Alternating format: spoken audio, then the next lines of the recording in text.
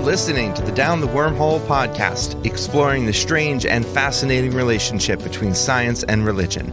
This week, our hosts are... My name is Adam Pryor. I work at Bethany College in Lindsborg, Kansas. The modern luxury, which I could not live without, is GPS. Because I would literally be lost all of the time. Zach Jackson, UCC pastor in Reading, Pennsylvania, and the modern luxury that I couldn't live without, though it's not all that modern, is indoor plumbing. I mean, technically the Minoans had it 4,000 years ago, but it wasn't widely available until just the past couple hundred years. Kendra Holtmore, assistant professor of religion at Bethany College. And the modern luxury that I would find it very difficult to live without is the internet, which is pretty broad, but I use YouTube.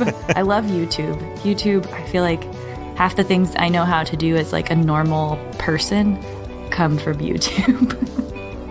Ian Benz, associate professor of elementary science education at UNC Charlotte, and the modern luxury that I don't know if I could do without probably be easy transportation. You don't want a horse and buggy situation? No. I would struggle without the ability for transportation. And I don't want to say car, because when I was in Germany, I did not have access to a car for 6.5 weeks. But I was very easily able to get around because of buses and public transportation. Right. So, yeah, it'd be hard to live without all that. Yeah. And all that horses, lots of horse poop in the road. Yeah, exactly. And then smell funny. Yeah. They didn't have indoor plumbing either. And so there's a lot of problems. Yeah. Or waste. GPS or internet. Right. So, yeah. Somehow the species made it through. So, doesn't the Air Force still own GPS and they just like lend it to the public? Oh, I don't know. We could use the current modern luxury that we all have to look that up if we wanted to. I'm pretty sure that the satellites up there are owned by the military and they just let us use them. And if they ever wanted to, they could shut us down and we'd all be lost and wouldn't know how to get to Burger King anymore. Or I wouldn't even know where Lindsborg, Kansas is anymore. And you know what? That would make me very anxious if I couldn't get to Burger King. Speaking of which, it's owned by the U.S. government. And it's operated by the U.S. Space Force now. Oh, they gave it to Space Force. Of course they did. I mean, that makes sense. Yes. There is no air, so the Air Force didn't make all that sense. Yeah. Okay, so for today's episode, we're going to talk about anxiety. And I want to start with a personal story, and then go into some questions and conversation around it, and see if I can coax my co-hosts to share any experiences they've had as well, before we then delve into anything else specific. But so I want to kind of share a story that happened to me in the summer of 2016. It was the time that I was putting together my tenure dossier. Kendra, you're far enough off, so hopefully this won't freak you out. Thank you. But in that time, I was dealing with issues with the summer program that I was running. There was a lot of stress with some of the students. I was in the process of training for several different races, several Spartan races, a team running race. I was an overnight type running race. And I had noticed, and I am an asthmatic. And so I have more seasonal asthma during the summer. And so I just noticed that I would get really short of breath after work or after working out or something like that, even though I was in fairly decent shape. And so I kind of just would chalk it up to it's my asthma. So I kept treating it the same way, but I also started noticing too that my inhalers weren't working very well. And so again, I just figured it was the asthma. And doctors started running a bunch of tests. They actually put me in a stress test. They were starting to worry about my heart. So a lot of things were happening at the same time. But they found that everything was going back to normal. The person that I was seeing, the counselor I was working with at the time, said, with the tenure dossier and the stuff with the summer program and all these races, she started saying, you've got too much on your plate. You need to withdraw from something. You're just overwhelming yourself, and that's why you're struggling. But we still never got into this conversation around anxiety. And so I did withdraw from the big team race, which of course created more angst because I felt like I let everybody down, even though it was several months before. And so one time after a workout, it was on a Saturday, I was putting away the dishes and I kept looking at Anne and just kind of saying, and the kids were in the kitchen and I kept just telling her I'm really short of breath. And just felt like I was about to have an asthma attack. And she said, well, go to the urgent care and get checked out. And so I did. I get to the urgent care. They start running tests. They realize your oxygen level's fine. We don't have the equipment to really figure out what's going on. You need to go to the ER. I said, all right. So I go to the ER and drove myself there, of course, because I was an idiot, while still struggling with breathing, but figured it was nothing. So they start hooking me up to a bunch of different machines, and they start running all these tests, and the doctor's there, and the nurses and the doctor were just kind of like, everything's coming back to normal. And then the ER doc, one of the main ER docs, kind of just, walks in casually, starts looking at some of the stuff, and he just kind of says to me, have you ever had an anxiety attack before? And I kind of said, well, no, I don't think so. And then right after I said, no, I don't think so, I had an anxiety attack. And what was interesting is I've not had a full blown anxiety attack since, but what happened, it was really weird. So I was laying in the bed in the ER, and all of a sudden this tingling sensation kind of started up near my heart and head, and then just a wave of tingling just kind of went down my body. And it just felt like my body was almost on fire. And my heart rate went through the roof. I was starting to sweat like crazy, struggling with my breathing, very lightheaded. And so I actually thought when he said you have an anxiety attack because of heart issues in the family that I was having a heart attack. And he was actually on his way out when it happened. And I then looked at, and I felt absolutely horrible. But again, the machine was showing that my heart was running fine. So I kind of looked to the nurse and said, can you tell me what an anxiety attack is? Like, what does it feel like? And she described it. And I said, well, that's what I just had. And then everything kind of got better. Even though I was still very anxious about a lot of things, I didn't really get to that level again until, of course, we hit the pandemic. And so it was, I think it was near the beginning of the pandemic. I mean, my anxiety was already elevated, but we were treating me for my depression. And it was near the beginning of the pandemic, I started realizing that, and I still struggle with it. I'm very short of breath a lot and everything. And so, and it was just coming in waves. And so my psychiatrist and I started talking. He said, well, let's get you on anxiety medication. So we've been fluctuating that, trying to figure all that out.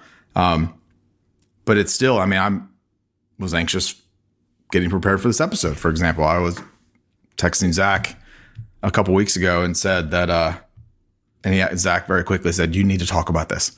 I was starting to look for resources to share. It was the day we recorded the last episode, and was trying to find some different things. And I was kind of specific on what I was looking for. And then all of a sudden noticed that I was trying to catch my breath while looking. And so I just kind of looked at Anne and I said, I'm getting anxious looking up stuff for the episode on anxiety. I think I need to shut my computer. And we both just kind of did that. She's just like, you'll be okay. It's all right. But then it's interesting. Like I said, it comes in waves. There are times where everything's okay. And then like if the stress level of work starts increasing, with the COVID situation getting worse with the Delta variant, that's kind of sent it through the roof. Obviously, during the last election, my anxiety was through the roof, all the way up to at least the inauguration. And just trying to almost take the weight of the world on my shoulders type thing, and feeling like I needed to solve the problems. And it was actually when I met with my counselor the other day, and we're back to virtual because the last time we met, we've met one time face to face, and then she was exposed, and so we just pulled back. But she could tell the moment we got on the screen together.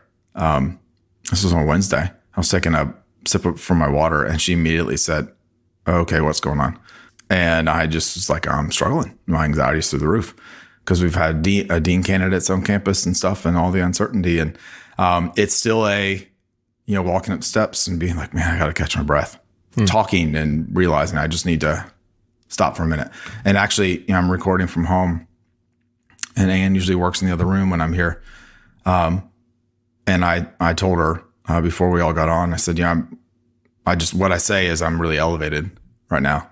And she said, I can tell, I can hear you breathing, like just taking big breaths and stuff. And so what I have learned in trying to get ready for this episode is that, and this is when I get into like my meditation stuff really does help, but I still need the medication. I mean, it helps too, but that there are different ways to approach anxiety. Some of the things I've learned about it is that, and I've experienced this too, that it can be debilitating where it's hitting you and you can't do anything. You just feel like shutting down. But I've learned a lot through working with the meditation app 10% Happier and listening to their podcasts and the scientists that get on there. And they did a series on anxiety recently on their podcast and also in the app. And so they would have scientists do the talk on the app. And then one of their coaches would do a meditation focused on addressing your anxiety. It was like a little course that you could do. And it's been fascinating to kind of learn about what the body does when you are experiencing anxiety. And then how some simple strategies like just taking a big breath. And that's why they tell you to breathe when you're starting to have anxiety issues.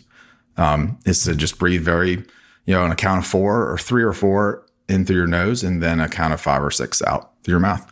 Because I'll mix this up. But it's, when your parasympathetic nervous system is the one, right, that creates the fight or flight, or is it sympathetic nervous system? I mix that one up. I like the idea of a parasympathetic. That would be better. Or parasitic. Yeah. That's what it feels like. I had it written down and then I lost it. It's the sympathetic. Yes, it's when your sympathetic nervous system is the one that tells you that fight or flight, which evolutionarily is a good thing because that's helped our species survive. And so it's something that is necessary for us. And but your parasympathetic nervous system can kick in by that simple strategy of doing the breathing, the deep breathing. And the parasympathetic is the one that brings you back down, right? So takes you off of that ledge and brings you back down. And so those types of strategies have helped. But we also kind of refer to it as the what ifs. So what will happen is when my anxiety is elevated, I'll start thinking of a potential scenario. And then I'll continue to do these. Well, what if this happens? And what if this happens? And what if this happens? And I start we call it spiraling, where I just will spiral if I don't realize what it is I'm doing. And that elevates it too. And I'll get jittery and stuff like that. But I mean, it can be a challenge. I think that's one of the things I've always dealt with writing, for example. Why I get nervous to start writing and sharing it with people is because I've been told by people, professors in the past, that I was not a good writer. And then people would be like, well, no, you're doing fine. You just need to get out of your head. And so that's, when your inner critic kicks in and all that kind of stuff. And so it's interesting, I guess you can say. And I'm learning to live with it, but it's,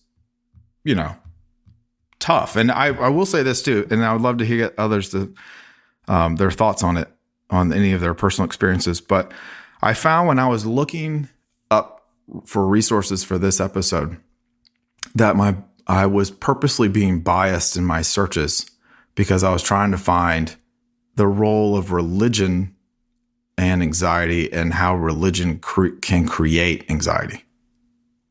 Like I was almost looking for something bad. Yes.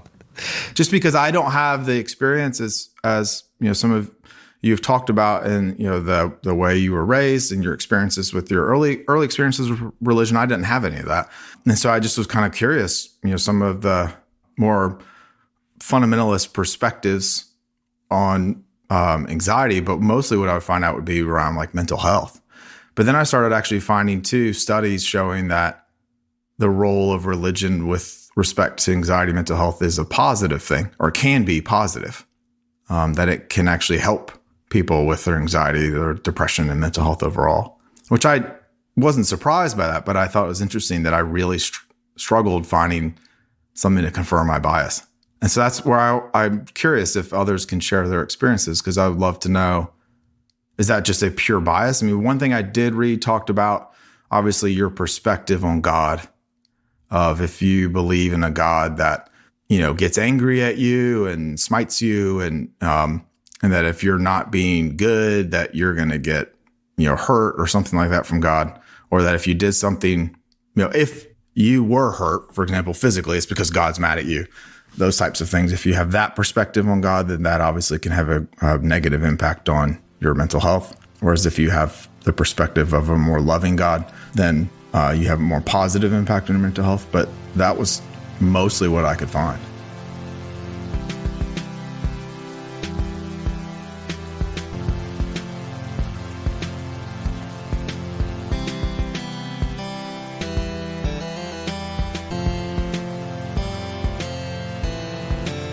Yeah, the literature on like religion and mental health is really interesting because so much of it, I think just the like intuitive gut response of a lot of people and researchers included is that religion helps and does what you're saying, Ian. There's like these positive links, and that is like an overwhelming feature of that like body of literature on religion and health. But there are many like really, really good researchers who are like, hold on a second.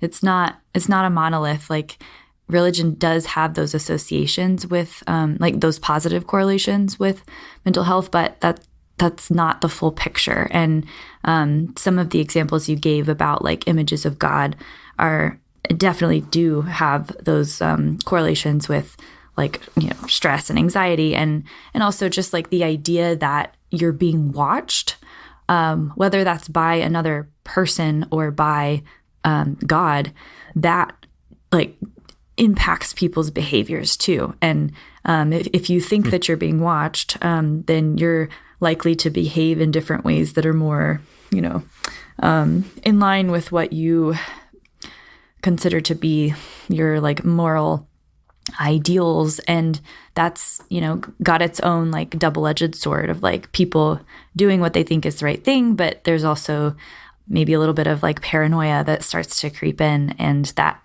has its own kind of impact on mental health. And so yeah, it is really interesting. And I can definitely say like my very early like childhood experiences of anxiety were completely centered around the concern about like not going to hell.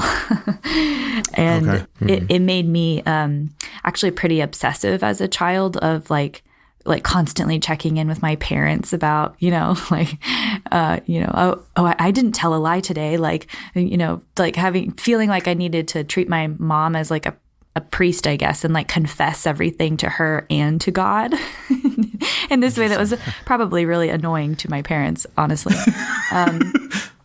But I went through a period of time as a kid too, where I prayed every night for salvation because I thought I wasn't doing it right. And that I just was like so worried. I would sometimes like go to bed like sobbing because I was so worried about it. And so that was I had not yet at that time in my life experienced like a panic attack or something like that. That would be an experience I would have like much later.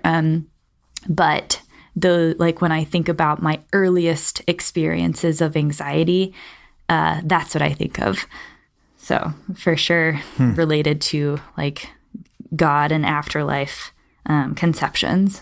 Well, it's interesting you mentioned, Kendra, the notion of if God is watching or someone else is watching.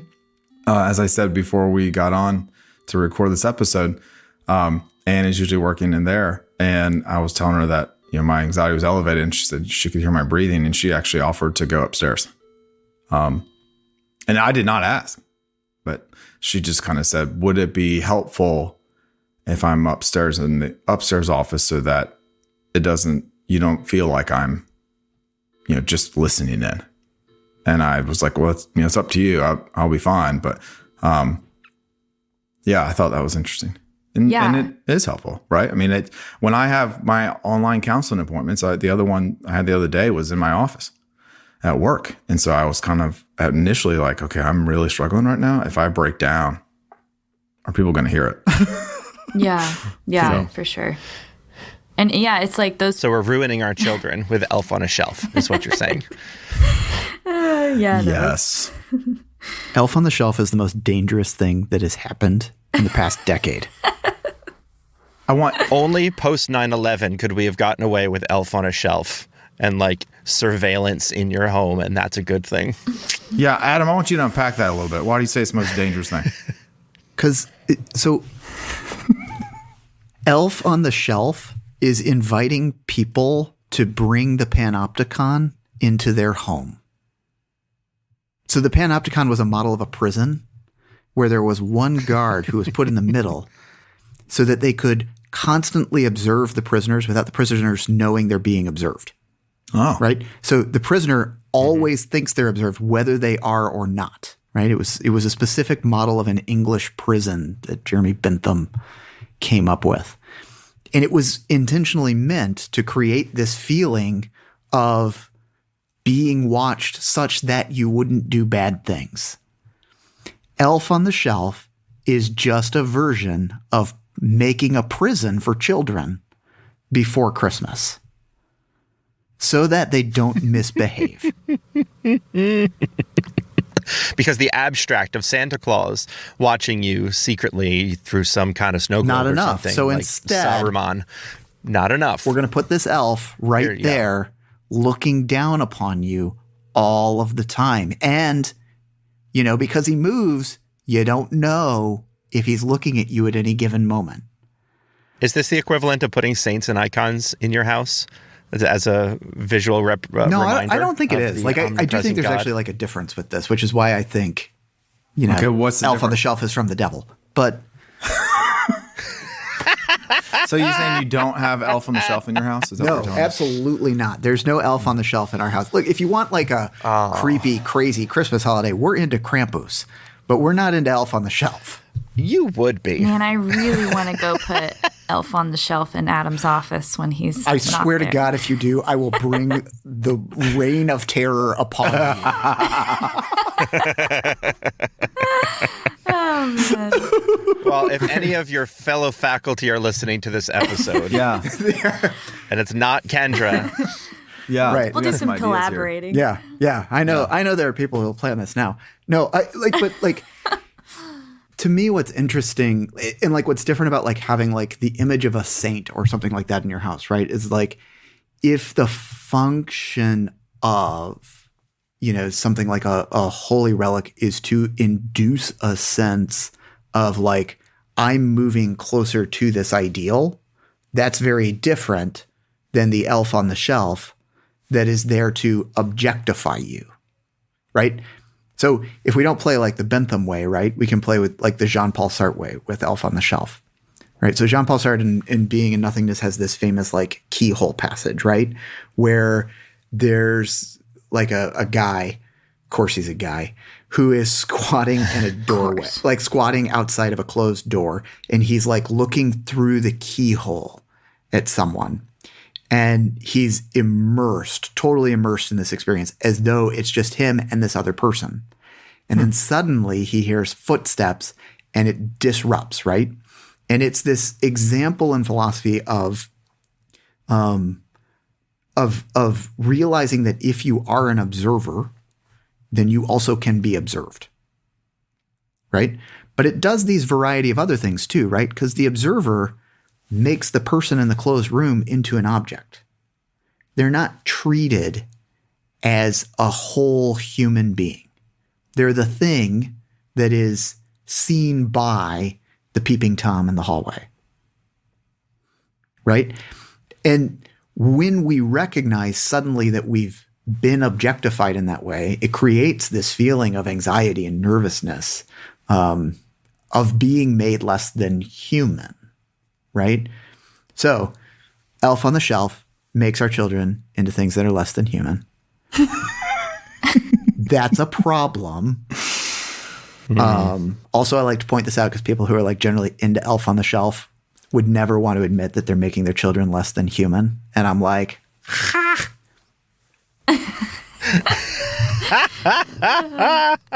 says the guy who celebrates the German Christmas monster. Yeah, but I'm very straightforward about that, and no one's surprised by it. Doesn't Krampus eat He puts children? them in a bag and beats them. That's so much better than just the elf casually watching. Right, but You're right. You're right. That's much better Wow. than Big Brother. he treats them as a subject, right? Oh, This is the weirdest justification for Krampus. Yeah. There's ever. some yeah. ethical gymnastics happening here. But I mean, I do think like what's interesting about this, right, is like, so like if you talk about like your narratives, Ian, of like feeling anxiety, many of them are related to this sort of like sense of being observed, right? Which is like a long tradition in philosophical discourse, this like way in which we get observed by someone, or like Kendra talking about how God is or isn't watching, right? God becomes the ultimate peeping Tom, right? Turning us into something that's less than human. That's going to produce a lot of anxiety, and like kind of appropriately so.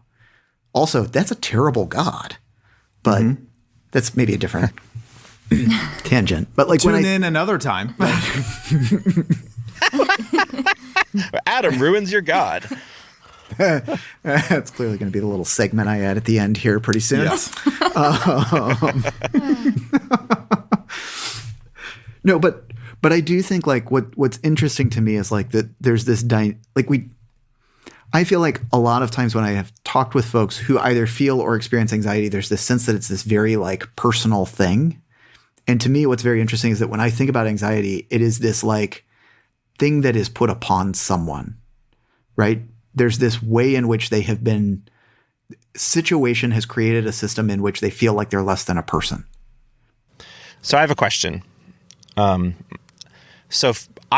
have no experience with anxiety, other than your garden variety. As we said last episode, my cup of tea is depression. And I know that depression is like sadness without an object. It's like, it's a tumbleweed emotion that has no roots, and it thrives on openness, and, it just exists without a reason for it to exist. What is it about anxiety? Is it like fear without a definite object? Is there a difference between being anxious and having an anxiety disorder? What is the distinction that you make in those terms? So, there definitely is a difference between, as you said, garden variety anxiety that pretty much everyone experiences, I think, and then an anxiety disorder. I can't tell you the clear distinction between the two. I think it's, at least for me personally, yes, I've experienced just the regular anxiety you get of like uncertainty and things like that. What happens with me is that I will then, as I said earlier, kind of spiral. I'll take it the next step of, if I'm feeling uncertain about something and I'm not able to recognize that I'm starting to do that and be mindful of, and this is where my meditation has really helped a lot, right? If I'm not been mindful of this is what I'm starting to experience in my mind, then I will play over many scenarios of what could happen, which rarely do any of those scenarios come true. And then also rarely is there anything to even support me coming up with these scenarios, like from prior experiences, right? At least for me personally. And so that's how it plays out for me. And, the anxiety medication that I'm on does help, like just with that overall feeling in my body. But we've had to work with it a lot throughout the pandemic, especially. So it sounds like your sympathetic nervous system goes into the fight or flight.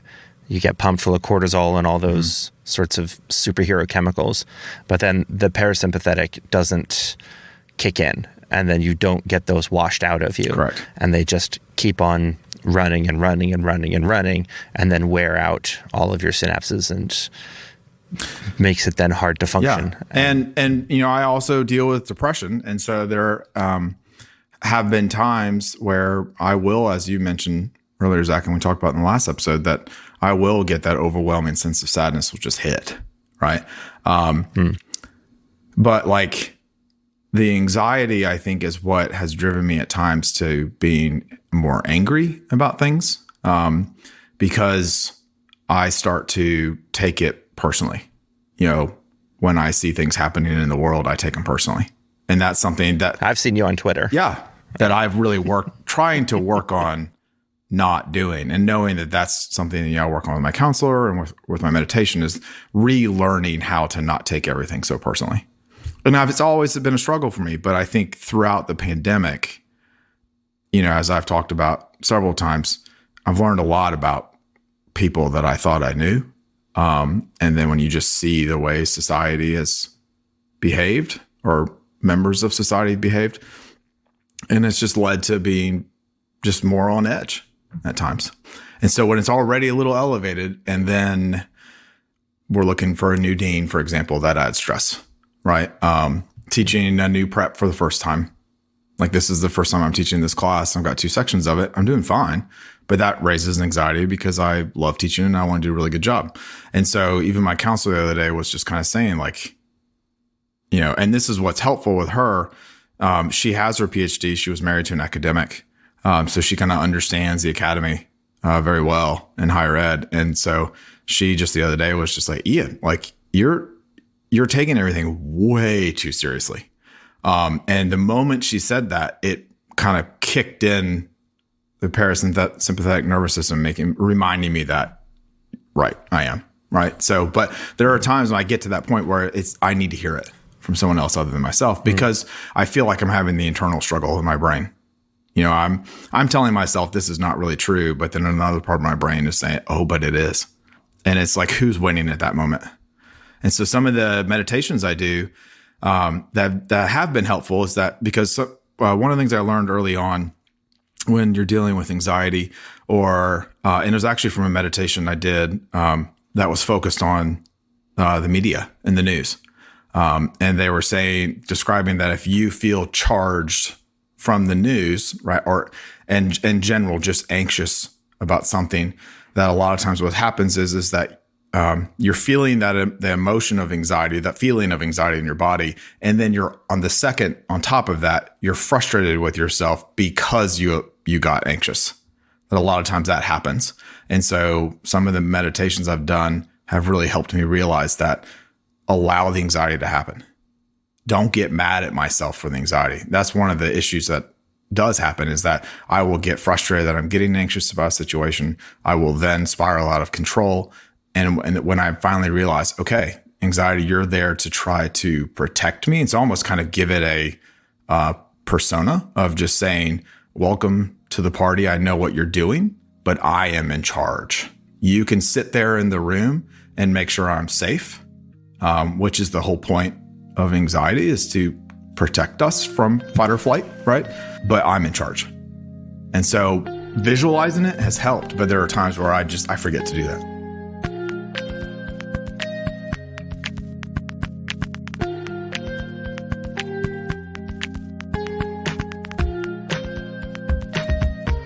There's like a long theological tradition, longish theological tradition, that talks about like a distinction between anxiety and fear, specifically like in those terms, right? So like fear has a definite object and anxiety doesn't, right? It's this sort of like quick categorization. So I'm afraid of the cat that will jump onto my face in the middle of the night.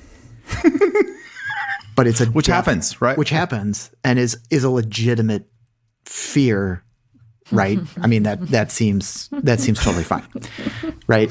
But it's like, it's directed to a specific object, right? There is like an identifiable thing to be afraid of. Right.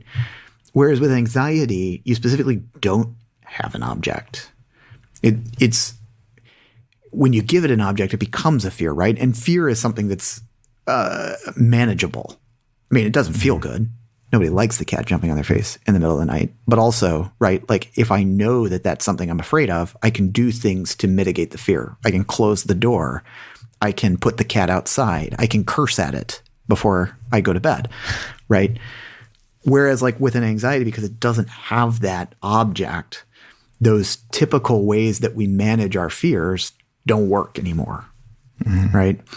And so like in particular theological traditions, right, like anxiety actually not bad in itself, but becomes like a means of leading towards sin, right? Because it has this unchecked quality. I mean, not to suggest that like anxiety disorders are sin. That is not where I'm going with this. But, right, like it does have this like place in the religious tradition. Speaking of the religious traditions, there are in just about every religious tradition that at least I know of, there are a number of rituals that people do that get them generally closer to the divine or whatever they call it, and release some of this pent-up anxiety that they have. This sorts of things that keep people coming back. And they kind of all fall into two categories that do essentially the same thing to the brain. The one category is the sorts of religious activities that overload the arousal part of the brain. So this is the sort of thing that you might have where there's like dancing, ritual dancing, where they dance for an hour and they jump around. There's been a bunch of revivals in the United States of like there was one where people just laughed for hours. Or where people jump, or they do something physical. You think of like the Pentecostal worship services now, or some of the frenetic dancing drums, the sorts of things that get your arousal system going so much that it begins to kind of shut down. And when it does that, it starts to shut down the left and right parietal lobes. Your sense of spatial awareness is mostly in the right parietal lobe, and your sense of bodily awareness is mostly in the left parietal lobe.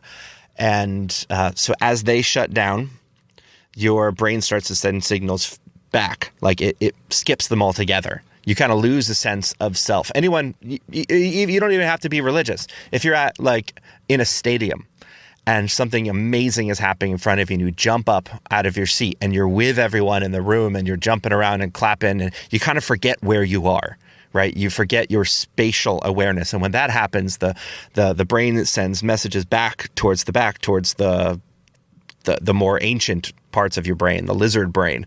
And that then sends it back up to the front, where it creates this neural loop that goes back and forth and just misses entirely your spatial awareness.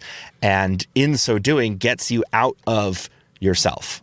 It gets you out of your sense of space, sense of self, out of your ego, out of your those loops in the crazy consciousness part of your brain that is ruining the rest of it. And so that's the one way. The other way is that it overloads the quiescent systems, the calm down parts. And this is what you're talking about, Ian, with meditation. And meditation is in every corner of the world. People have chants, they have smells, they have sounds, they do my sensory deprivation tanks that I love so much. It's all about just when you overload the quiescent part of your system, it does the same sort of thing, where you start to lose a sense of self and a sense of place. And people who meditate for long periods of time talk about feeling like they don't exist in their body anymore. And when you can transcend that and create this neural loop from the front to the back and back and forth and back and forth and back and forth, it creates all kinds of good feelings of happiness, and it gets you out of those thinking loops that cause a lot of the anxiety and depression. And so religious traditions have done this in just about all of our traditions around the world throughout time, that we either overload or we deprive. And in both of those, we lose a sense of self, a sense of ego. We get out of our heads, and we call it a sense of transcendence. We call it God, being connected to the divine, to the spirit, to whatever it may be. But it is essentially doing this very specific thing in your brain that we all just kind of stumbled on and gave theological trappings to. Or according to How God Changes Your Brain by Andrew Newberg, which is where I got all of that from. And it's a wonderful book. You should read it. It's on my list. Ian, I was just curious, because you've talked several times about just like the fact that you do meditation. And but I don't think I can remember you describing before, like how, like what was the first time like for you? Like how did you discover that this was actually going to be something that was an important practice for you, in particular to help manage anxiety? And like, how did you stumble into it, and what was it like when you first started versus doing it now and sort of developing that skill? Right.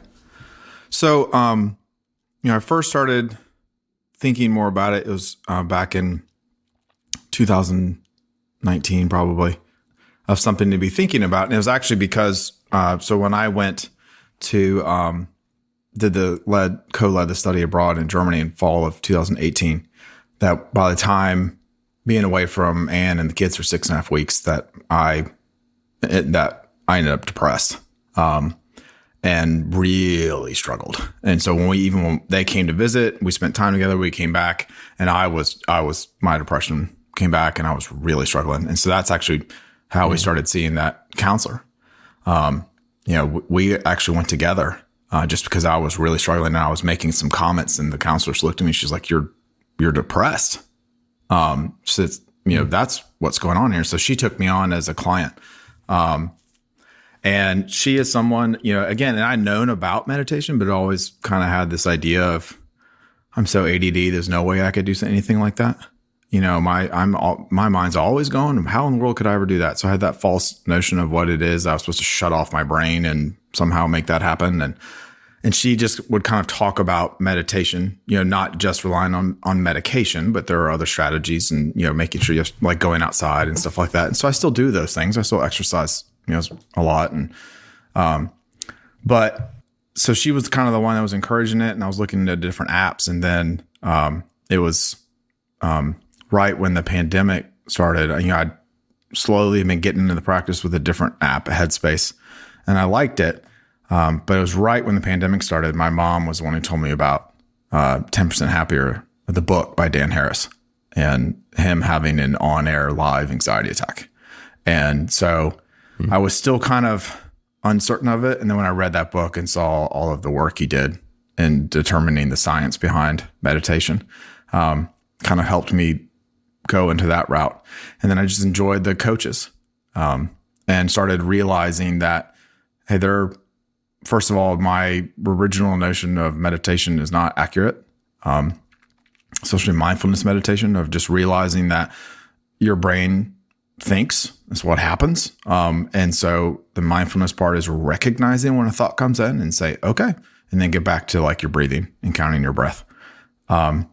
And then they just continue to explore new topics. And I started kind of realizing that, one day I was feeling, it was near the beginning of the pandemic and just anxious about stuff. And I had the app open and typed in anxiety just out of curiosity, and saw all these meditations focused on how to address your anxiety. I one day was feeling sad, and I just typed in like sad and all of it. All these different options. And then even, dealing with procrastination, productivity. One thing that I really struggle with is, my inner critic. And so I really listened to a lot of great ones about how to handle your inner critic, and to recognize that, again, just like with anxiety, to give it a persona, welcome to. And what I loved was that, it was making them fun, like treating them as, giving them, treating them like a person, and say, hey, welcome to the party. Let's do this. But I remember I'm in charge. And it would be lightly guided meditations to help me with that. And so it's just something that I started realizing is helpful. And then when, Zach, Rachel, and I chatted for a little bit last week, Rachel actually said to me, she said, have you been doing, I've been doing mindfulness meditation throughout the day, because there's different ways you can do it. But she just kind of said, have you been sitting and focusing? Even for 10 minutes, have you been doing that? And I said, no. And she said to me, I could tell. And that she realized that, and she helped me remember that when I do that, even for 10 minutes, that how different that makes my day, of just shutting everything down and just being with myself for 10 minutes and breathing. So that's kind of how I got into it. And now I rave about it because it helps. Yeah, totally. No, it's good to hear the story behind it, because I know that's been a part of your practice for a long time. Yeah, thank you.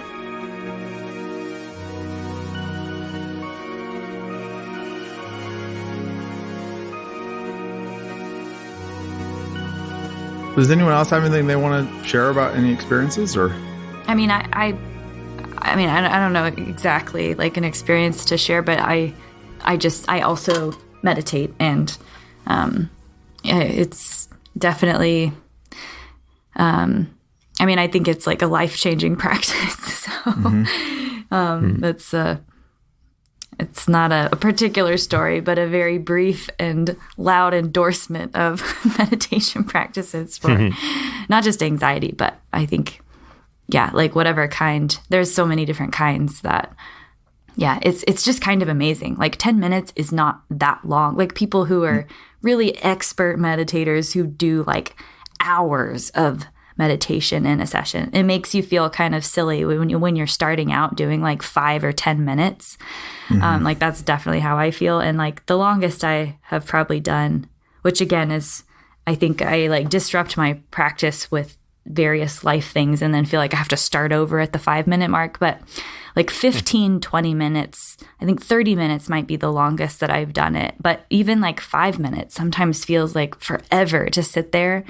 But it just like changes everything. And it's just really cool the way that works. And like the way that it, lights up your brain and your body to be in the world and in a different way. And yeah, I love that is a way for both, like religious and non-religious people to find like grounding. And yeah, it's just, I think a really beautiful practice. Yeah. The longest I've done for a sitting is 30 minutes. Yeah. But it was not solo. One of the coaches does something on YouTube and it's very lightly guided, but I do that. It does not happen often. I'll do sprinkles of it throughout the day sometimes. Yeah. Just a quick 3-minute one here or a 5-minute one there. But yeah, I there are times, as you said, Kendra, where I'm doing one and I'm thinking, oh my God, this is taking forever. Or then I'll think, do I really want to do a 10-minute meditation right now or something? And what I have started to do is that when I am realizing I need to do a meditation, and I'm thinking to myself, 3 minutes, can I spare it? I need to do a meditation. Like that is a sign, a signal to myself of shut everything. You have to do meditation. Like if I feel like I can't even take 3 minutes for myself because I'm going to worry about productivity, I realize it's time. Right. Yeah, so totally. Didn't Martin Luther have a quote like that? That I have so much to do that I shall spend the first 3 hours in prayer. Yeah. That's what he said. Yeah. I'm so busy. I'm so busy, I shall pray. Yeah. I'm so busy now that if I did not spend 3 hours each day in prayer, I could not get through the day. That's what it was. Wow.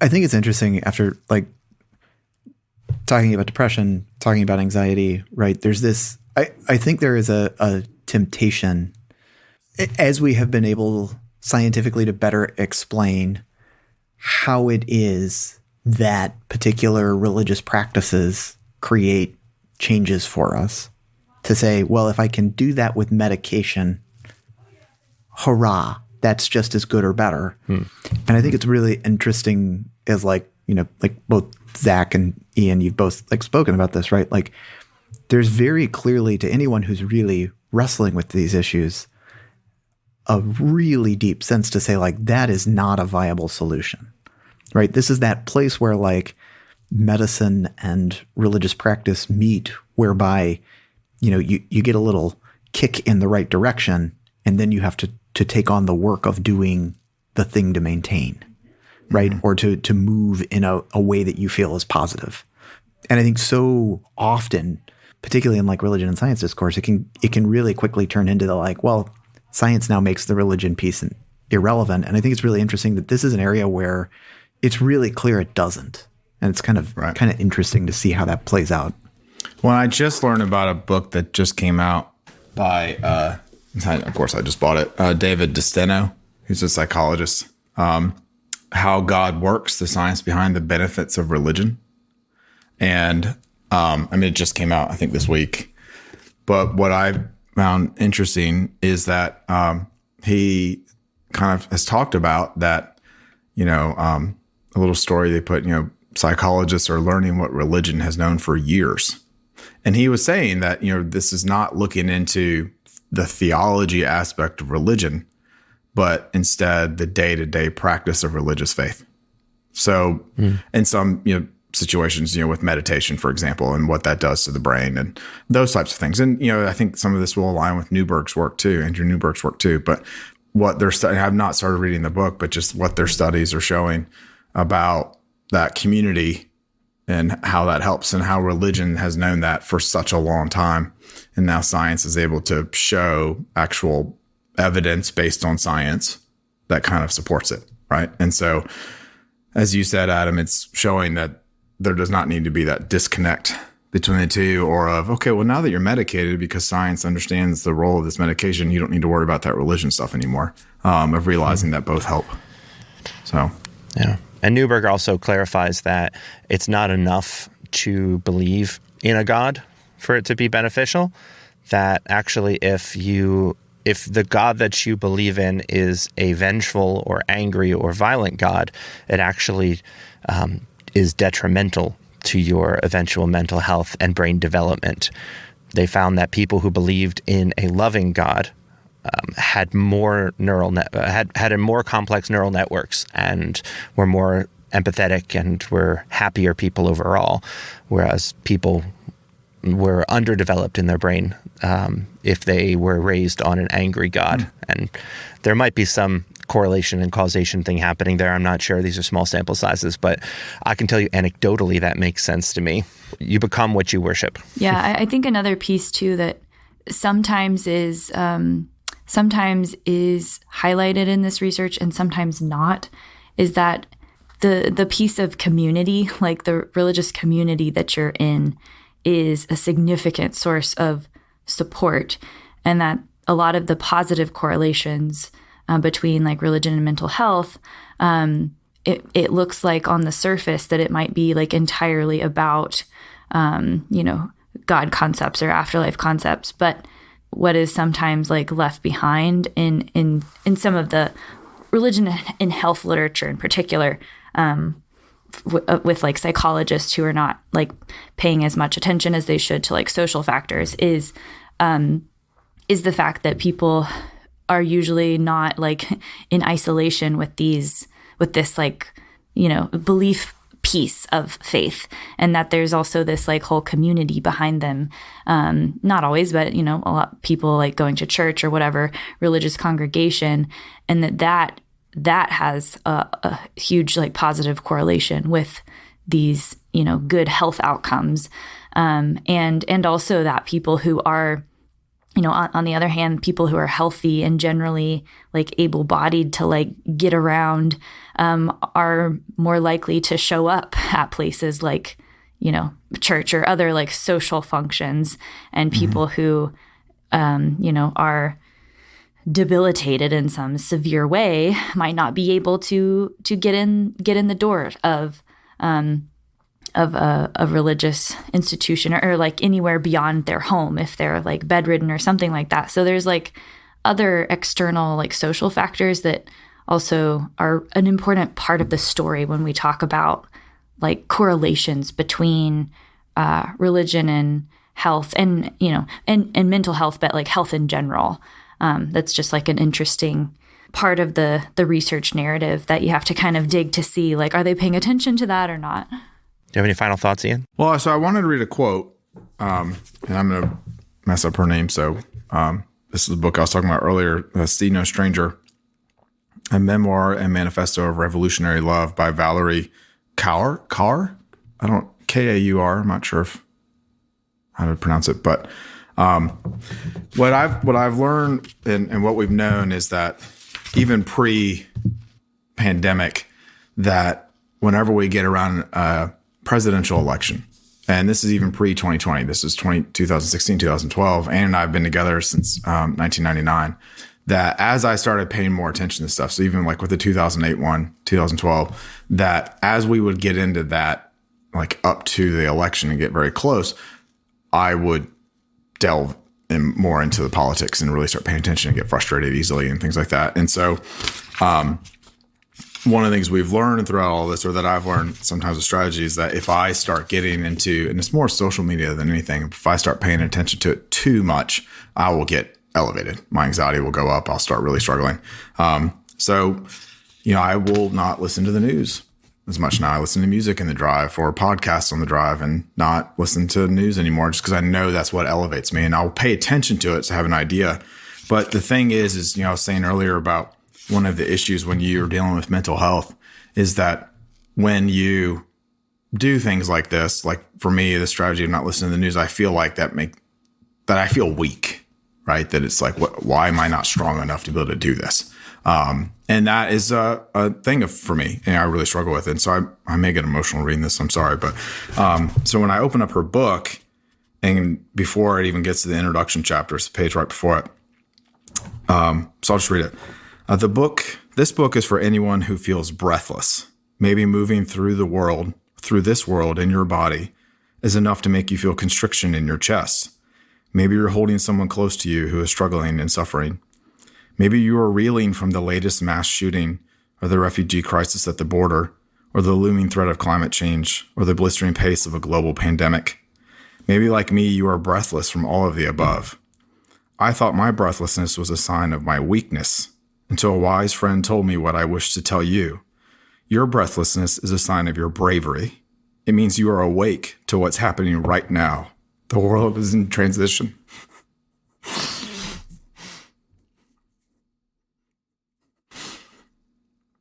Sorry, it's tough. Good. But I want to print that and just bookmark or something, just have it in my wallet, right, or my bag, and just, because right when I read that, I was like, oh my God, that's me. So, yeah, that's how I want to end. Thanks for sharing that, Ian. I love you guys. I hope more people. We love you too, Ian.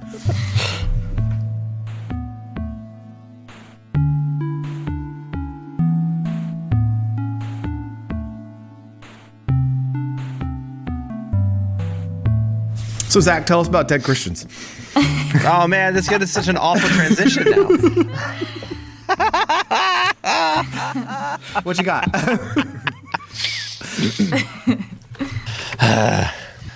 Hold on. Just everyone take a moment. Yeah. Yeah, take a moment. Get the parasympathetic nervous system going for us. Oh, yes, because this is I've a been fun super one. excited for Dead Christian Story Hour. Me too.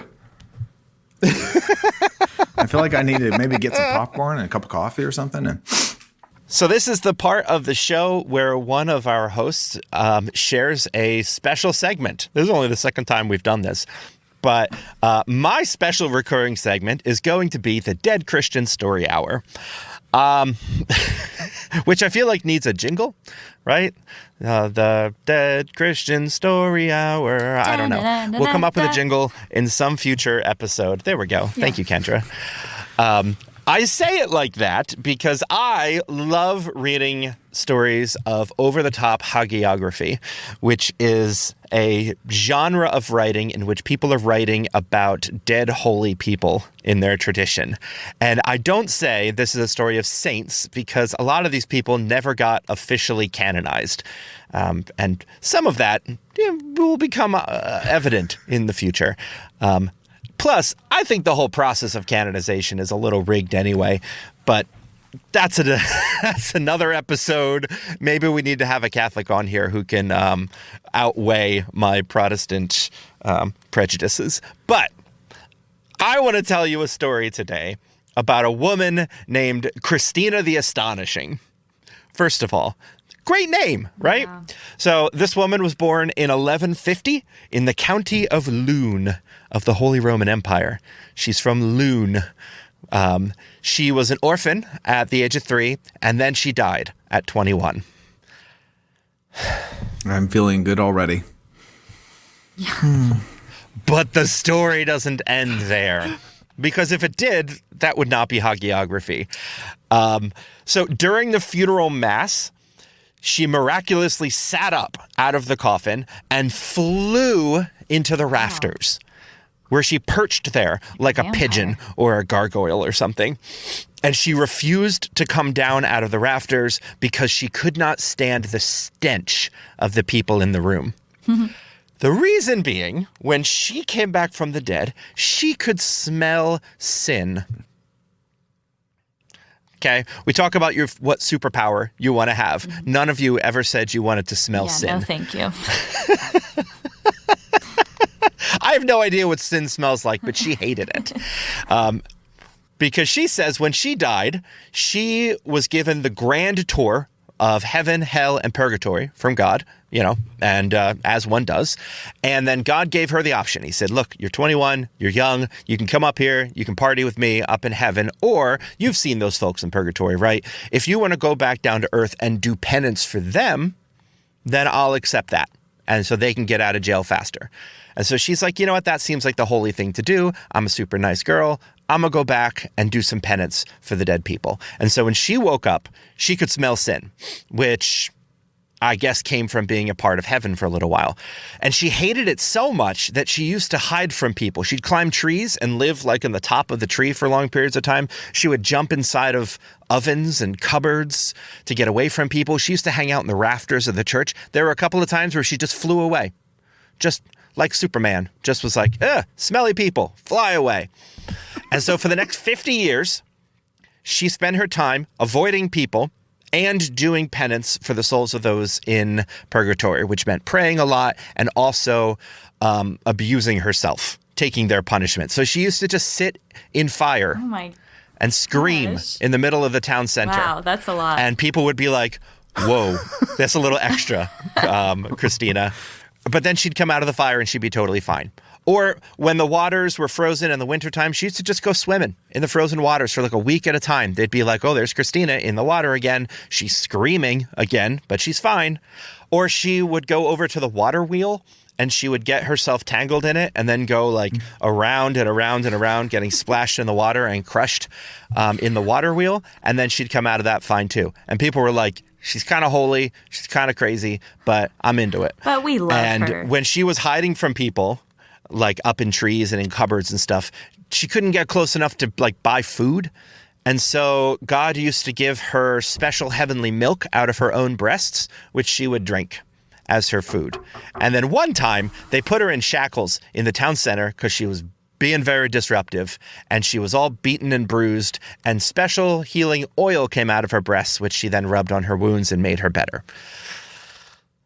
So in the end, she lived another 53 years, died at the ripe old age of 74, a strange and reclusive woman who could smell sin, fly, and was nearly indestructible, with magical breasts. So if anyone from Marvel happens to be listening to the podcast today, please consider Christina the Astonishing for your next character, because she already has a superhero name and everything. Wow. And magical breasts, right? So I think they have to figure out a way to bring that into the show. I know. She's already perfect. Like, yeah. You don't have to change anything. A really good like D&D character. Maybe that's who I'll be. It's worth noting, by the way, that in hagiography, people generally tend to embellish the lives of the people who are gone and can't correct it. So I should have mentioned that at the beginning. If you roll a 20, you get holy milk. For which of the many wonderful things you described, Zach, was she known for being the astonishing, or was it just all together that makes you astonishing? I'm pretty astonished. I feel don't like know. the smelling sin part would have been enough, and then it just kept going. I'm still dealing. I gotta be honest, the magical breast thing. Like I'm really curious how that worked. I figured you'd latch onto that one. Yeah. How did that well played? How did that work out? Like I'm really curious. Like, I mean, she lived for 53 years after she died, so it worked out pretty well, I guess. yeah. Magical, but probably saggy. I'm just saying. Also, the people in charge of the convent where she lived said that she was very well behaved when she was asked to keep it down. Oh, And she listened to authority very well. that's nice. So, yeah. My curiosity is still going. This has been the first episode of the Dead Christian Story Hour. Join us in 5 more episodes in which we will talk about the patron saint of cooking, Saint Lawrence, who is called that because he was killed on a gridiron and burned alive. Okay. Exciting. I can't wait for that one. That's actually my favorite saint. I love definitely Saint need a jingle. Lawrence. Yeah, Yes. no, We do. Jingle is going to be appropriate here.